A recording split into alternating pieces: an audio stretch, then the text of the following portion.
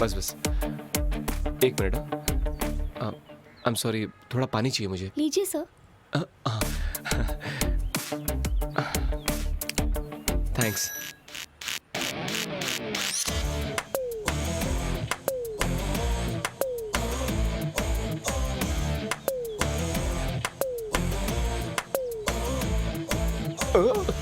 कितनी धूप है ना? आप काले पड़ जाओगे। अरे जो, इतनी देर धूप में खड़े रहोगे तो तुम्हारा चेहरा खराब हो जाएगा।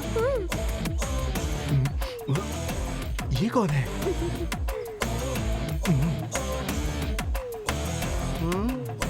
ये मैं सामने कौन सी पिक्चर देख रहा हूँ? दो फूल एक माली।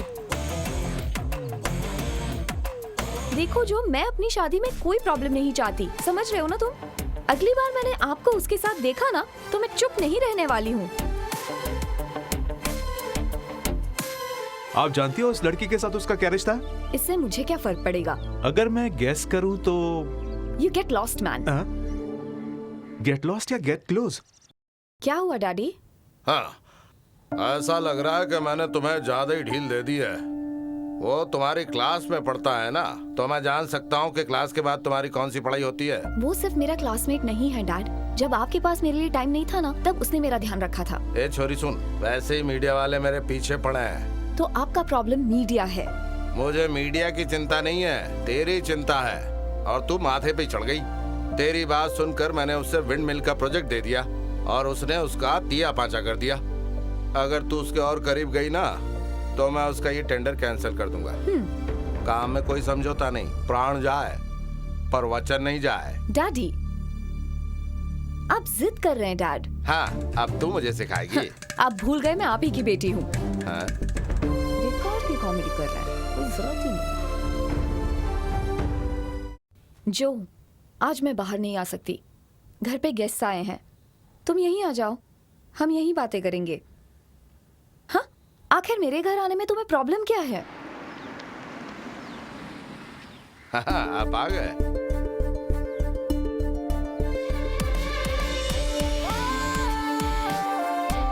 हेलो, आइए आइए। नई गाड़ी है, बढ़िया है। हाँ, थैंक्स। आप हवा के साथ बहते हैं क्यों, है ना? हाँ, आइए आइए, अंदर आइए। ये ड्रिंक्स ले जाकर उन्हें दे दो। क्यों, आप नहीं दे सकती क्या? तुम देख रही हो ना मैं यहाँ काम कर रही हूँ। बाकी सब में फर्क नहीं पड़ा। हाँ, ये मेरी इकलौती बेटी है, रोज। हेलो। हाँ, लेता हूँ। कुछ दिनों पहले महाराजा स्कूल में सीनियर बनकर मैंने पढ़ाई की थी, तुम्हें याद है क्या? सॉरी, मुझे याद नहीं। बेटी, ये अभय कुरुविला है, तुम्हें याद है ना? नासिक में मेरा दोस्त था कुरुविला, क्लोज फ्रेंड। ये उसी का बेटा है, यहाँ भी आ चुका है वो। ये एफसीआई का सीईओ है। एफसीए नहीं uncle, French development authority, FDA. अरे एक ही बात है, कद्दू चाकू के ऊपर गिरे या चाकू कद्दू पे। हम ही फ्यूचर डेवलप करते हैं। अरे भाई, इतना सारा काम करके लगता है तुम चांद पे फ्लैट खरीद लोगे, है ना?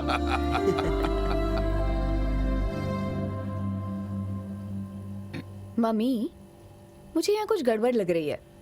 अचानक एक मेहमान आता है, मुझे सर्व करने कहते हैं। ऐसा क्यों लगता है कि वो मुझे देखने आया है? अगर तुम्हें पसंद है तो बताओ, हम बात आगे बढ़ाते हैं। आखिर शादी तो करनी है ना। तुम भी ना मॉम।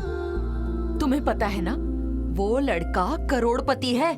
पैसा कोई बड़ी चीज नहीं है मम्मी। कहाँ है वो? बड़ी खुश होगी ना वो। किसी अरे गहरे को मुझसे कांटेक्ट दिलवा दिया और खुद बड़ी खुश है। अब क्या हो गया? इतने साल मेहनत करके मैंने जो इमेज बनाई ना, उसका सत्यानाश हो गया। हाँ, अब तो तू खुश है ना? उस फ्रॉड को काम दिलवा कर मेरी बेइज्जती करवा दी तूने। तुझे मुझ पर जरा भी दया नहीं आई। क्या हुआ डैडी? लुल हो गया, दोबारा वो विंडमिल लुल हो गया।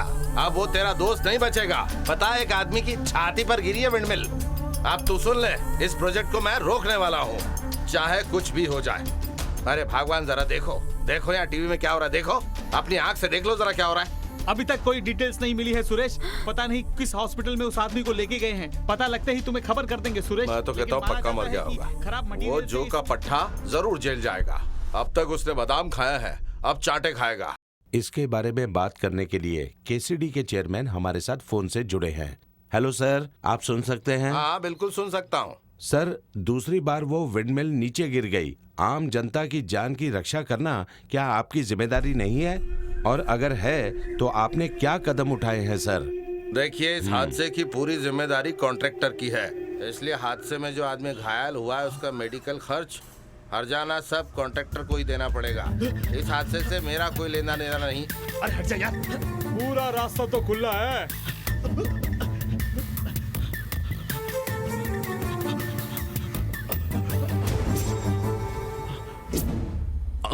आराम से। भाई भाई,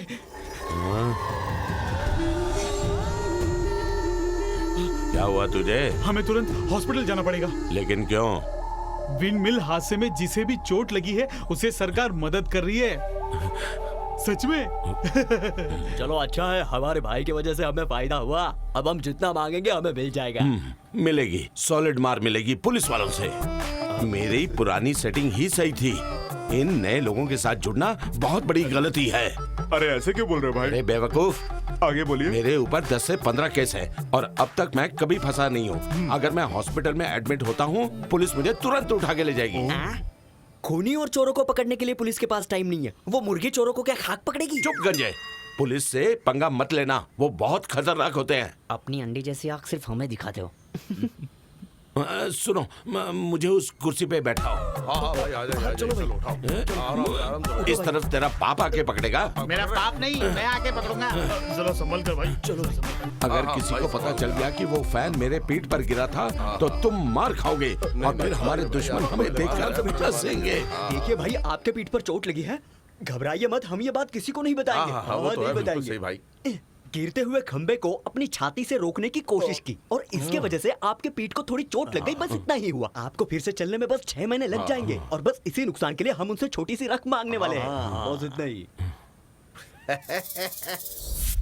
जरूरी नहीं है, हम कानूनी ढंग से ही पैसे ले सकते हैं।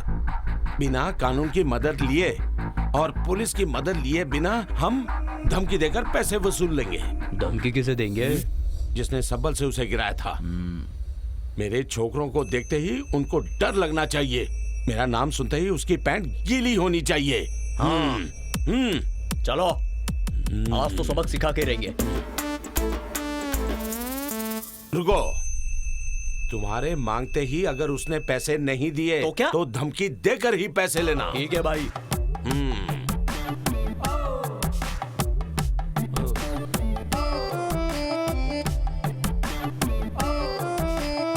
भाई ये क्या? आप सो रहे हैं? ओए, पेट के दर्द की वजह से आराम कर अच्छा, रहा था। ये लोग मेरे दोस्त हैं और एक केस में फंस गए हैं। जब तक केस सॉल्व नहीं हो जाता ये लोग यहीं रहेंगे। आपको कोई प्रॉब्लम तो नहीं? केस क्या है? अब तू बता ना। अब ओ भाई, केस क्या है? बलात्कार का केस है, एक लड़की के साथ। ये कहाँ पर हुआ था? वो फ्लैट में हुआ। हाँ? देखिए भाई, आजकल ये केस तो फ्लैट में ही होता है। आओ इधर आओ। एक मिनट रुको। जब भी फुर्सत मिले मुझसे मिलने आना।